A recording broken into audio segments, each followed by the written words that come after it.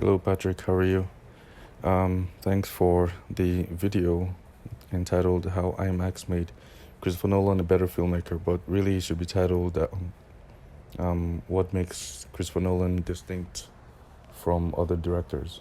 So here's my view. I've only listened to about half. I'm at the 12-minute mark, 12 minutes 50 seconds. Out of your entire video length is 33 minutes and 34 seconds. I, like you, I'm a very, very movie savvy individual. I understand movies more than anybody else in my personal life. Nobody knows it more than me. And that's a fact, not a brag. And you and David Chen and Jeff Canada and Devindra Hardawar from the Slash Filmcast are the only ones that can match my level of understanding of movies in terms of being friends online and podcasts and so on. I'm not talking about like Quentin Tarantino. That's like on a whole separate level because he's both and he has both an encyclopedic point of view and he's an excellent filmmaker. So that's different. So, what do I see as Christopher Nolan's distinct filmmaking ability? What makes Christopher Nolan? The question is, what makes Christopher Nolan different from anybody else? I'll try to go from my brain. I didn't write anything down because I've been thinking about Christopher Nolan for literally like years and years, right?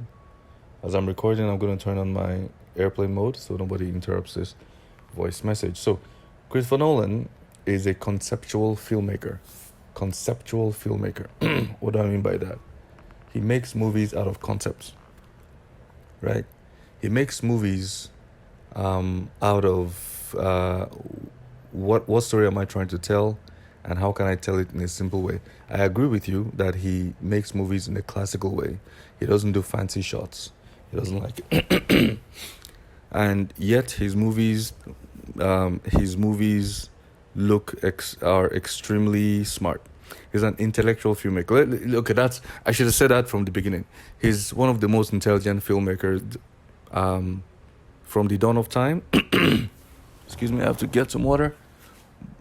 But at least he's one of the most intelligent filmmakers in today's world. That's why when you said David Fincher and when you paired him with, you were correct to pair him with David Fincher because they're both the most skilled and the most intellectual, right, filmmakers out there today in modern filmmaking. Two of them.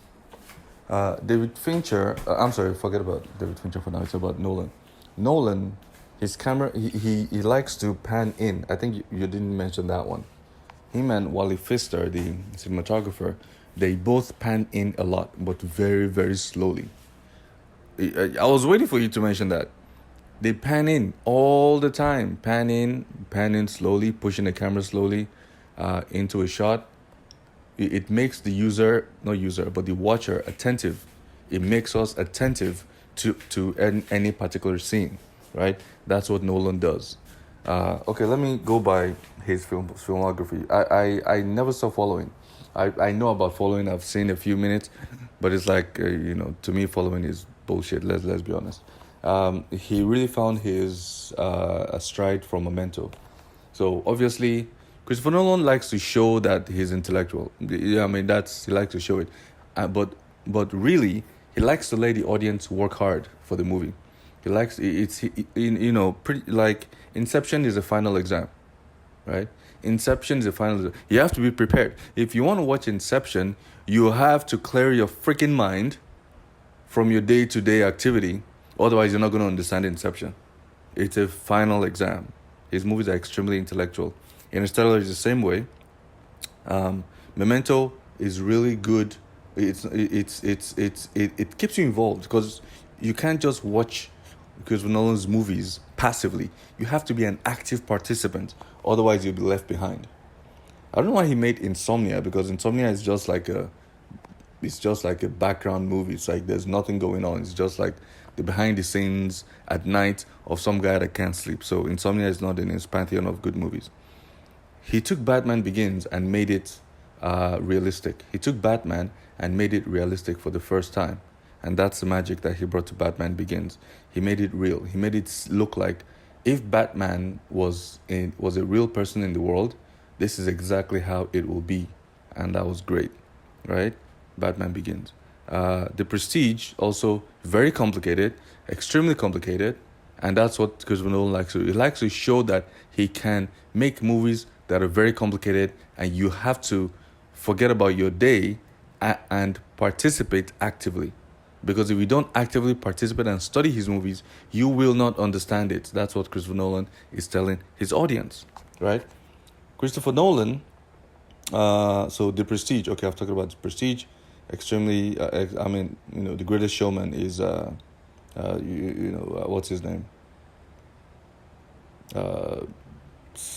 Okay, let's look at The Prestige. The Prestige is acted by Hugh Jackman. I mean, Hugh Jackman showed that he was the greatest showman in The Prestige and also replicated it in the actual movie, The Greatest Showman.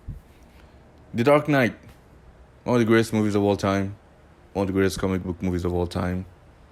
I remember I drove 3 hours to the IMAX with my then girlfriend, and we had a lot of fun. That was my first IMAX experience, was at The Dark Knight in Nashville, Tennessee. So obviously, Christopher Nolan writes his script and spends 10 years refining it, right? He takes his time. I admire people that have that much patience, right? That they go back and, the thing that people say is, I pull the drawer open and grab the script and refine it. Christopher Nolan is a scientist. The way he crafts a script is like the way a scientist is trying to find the vaccination for the coronavirus pandemic, right? You have to analyze. I'm looking at his brother, Jonathan Nolan. Look at Westworld. Westworld is probably the most complicated show in modern human history, or maybe in all of human history. How did everybody figure this out? It's because the two of them, the Nolan brothers, are extremely intellectual, they're extremely intelligent, and they like to show that they're intelligent, but they also want the audience to participate actively, not passively, right? It's kind of unfair, but that's what they like to do. The Dark Knight Rises is kind of a lower level of The Dark Knight, but it's still great. Nolan loves who is his cinematographer? Sorry, who's his music person again? His music person is Hans Zimmer. Nolan loves to punch a scene with Hans Zimmer. I think Nolan needs to calm down with Hans Zimmer a little bit, because Nolan's scenes speak for themselves. I think the best part of Batman Begins is that it was Nolan. It was Hans Zimmer, and let's check it out. Who was the other music person? Hans Zimmer and James Newton Howard. James Newton Howard came up with the subtleties, but Hans Zimmer is too loud. Hans Zimmer is a loud person with his music. James Newton Howard is a more subdued, gentle person. So they complemented each other well in Batman Begins. And when James Newton Howard went out of the picture, The Dark Knight and Dark Knight Rises especially became way too loud. I think he needs to calm down with the Hans Zimmer bullshit. Now, let's see if Tenet is going to have Hans Zimmer. Tenet has Ludwig Göransson, which is great. Ludwig Göransson won the award for Best Music for Black Panther, and I was very proud about that because I am African, and I was very proud when African music won the Best Music for that year for Black Panther. It gave me a lot of satisfaction. But I live in Toronto, Canada, and I'm also American. I spent 10 years in America, hence the accent. So, Interstellar, yeah, great. Dunkirk, I didn't like Dunkirk. Many people loved it, but I didn't. I didn't see the genius in Dunkirk, I'm sorry. But people see it, but I did not.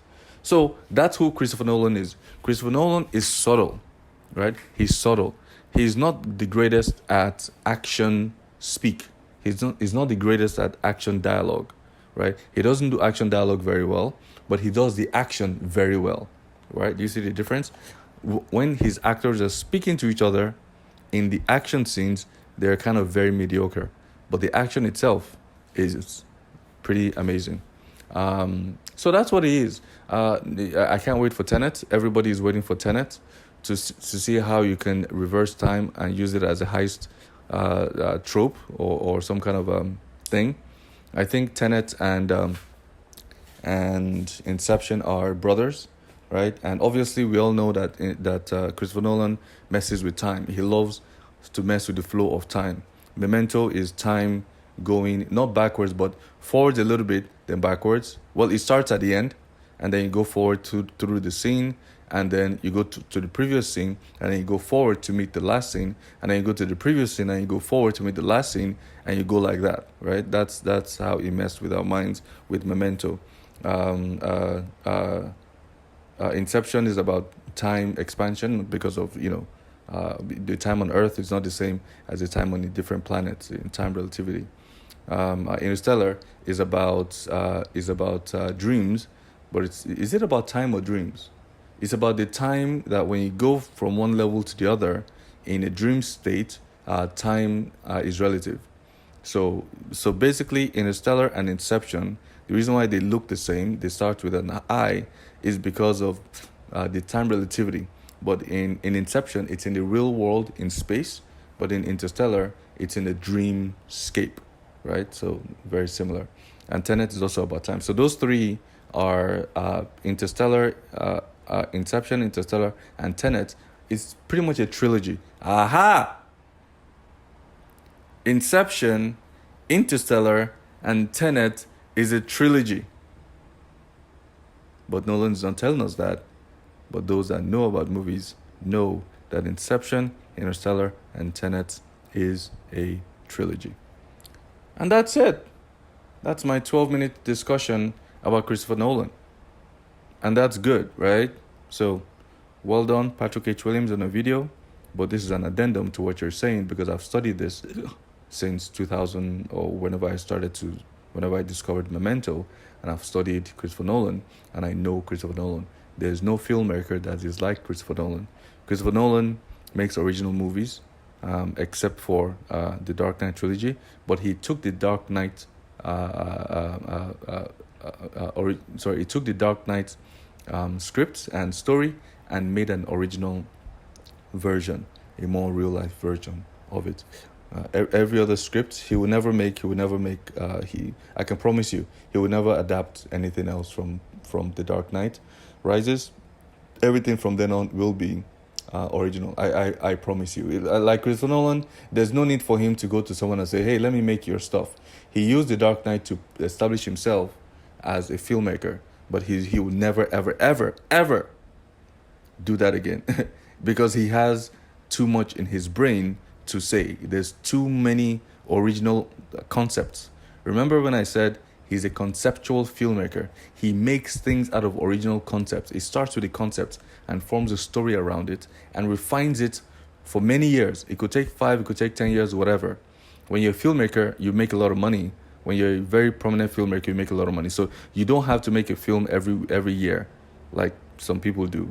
But Christopher Nolan doesn't have to do that because he needs to make one project at a time and make it perfect and refine it over time by making sure that the script is good and the story is good and the story tracks and it makes sense, so that when somebody from 100 years from now looks back at it, they'll be like, oh yeah, that tracks. The whole thing works out, right? If Honest Trailer makes a honest trailer on any Christopher Nolan movie, they'll be hard-pressed to find an error.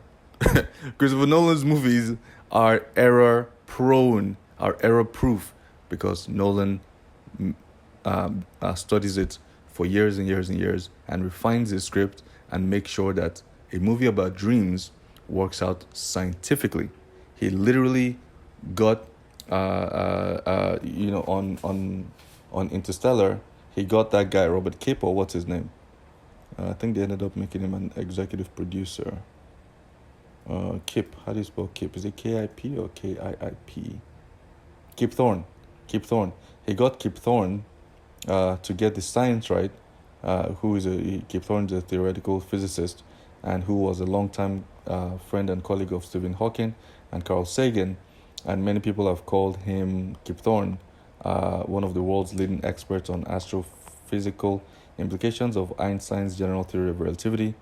Basically, they've called him the next Einstein, like or the protege of Einstein. But he really needs to brush his teeth and go to the dentist. Seriously, I'm looking at this photo from Wikipedia. He needs to get that teeth cleaned up.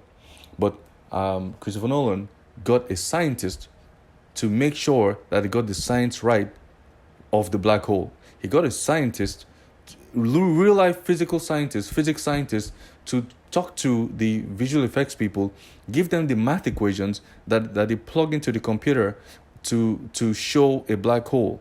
And the black hole that they showed in the movie was good for the scientists to use in their papers. So it was this whole cycle. I'm getting excited now. It was an amazing cycle that Christopher Nolan went to scientists. Scientists can write the script on paper, but they don't have the technical ability. They don't have the technical know-how to turn it into a visual medium. And Christopher Nolan brought science and art together and showed us what a black hole looked like. And it was correct. It was so correct that within the last 2 years, when the world's scientists and the world's telescopes joined together to take a photo of the black hole, it was exactly what Christopher Nolan showed in Interstellar. Oh my God, mind blown. Christopher Nolan does not fuck around with science and facts and storytelling and cinematography and visual effects and making a movie blow your mind. I remember when I saw Interstellar at the IMAX. I remember I drove myself in Florida, and I went to the IMAX. It was raining. I went to the IMAX, and it was a huge IMAX, and it was like only 3 of us there because people didn't understand what was going on. No, not Interstellar. I'm talking about Inception, the one about dreams. So those two names sound alike. When I went to that theater, after I watched the movie, as I was leaving the building, they have those doors you push in and the door opens. When I was leaving the movie, and there's like 7 of them, right? Of those doors that you push in to leave the movie theater. I pushed one of them, the door didn't open. I literally said to myself, am I still in the dream? Is this a dream? That is what Christopher Nolan, and then I shifted right and the actual door opened. That's what Christopher Nolan movies does. Christopher Nolan's movies put you in a world, holds you in there, shows you the world, and when you leave, you're like, holy shit, what did I just experience? Right? You just experienced a Christopher Nolan movie because his movies are close to perfect. Not all of them, but the ones that are close to perfect are obvious, which are, let's go back to Christopher. Okay, Memento, Batman Begins, The Prestige, The Dark Knight, Inception, The Dark Knight Rises, Interstellar, and Tenet. Those are the close to. I haven't seen Tenet, but it's obvious it's going to be one of the greats. So those are the Christopher Nolan movies. Well, that's me. So enjoy my wisdom on Christopher Nolan. Thank you very much. Have a good day. Bye bye, everybody.